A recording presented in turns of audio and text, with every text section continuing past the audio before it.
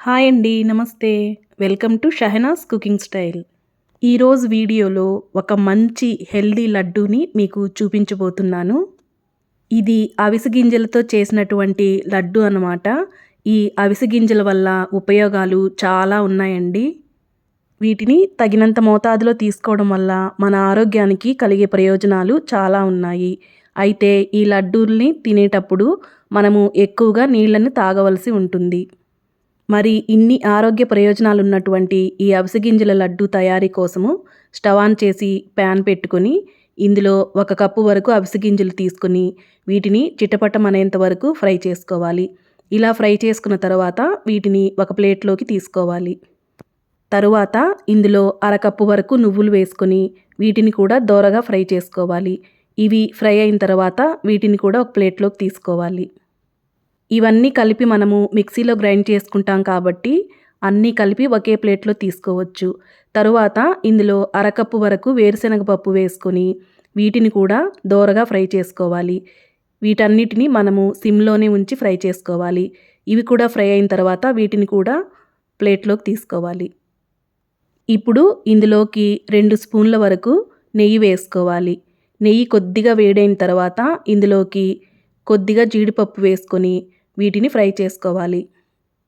ఈ జీడిపప్పు అనేది లడ్డు చుట్టేటప్పుడు మనము గార్నిష్ కోసం తీసుకుంటున్నాము. ఒకవేళ జీడిపప్పు వద్దు అనుకుంటే స్కిప్ చేసేయొచ్చు. ఈ విధంగా జీడిపప్పు కూడా బాగా దోరగా ఫ్రై అయిన తర్వాత వీటిని ఒక ప్లేట్లోకి తీసుకొని పెట్టుకోవాలి. ఇప్పుడు మనం ఫ్రై చేసుకున్నటువంటి ఈ అవిసె గింజలు, నువ్వులు, వేరుశనగ పప్పుని ఒక మిక్సీ జార్లో తీసుకొని గ్రైండ్ చేసుకోవాలి. వీటిని ఎక్కువగా చల్లారనివ్వాల్సిన అవసరం లేదు. కొద్దిగా గోరువెచ్చగా ఉన్నప్పుడే మిక్సీ జార్ తీసుకొని వీటిని బాగా పౌడర్ లాగా గ్రైండ్ చేసుకోవాలి.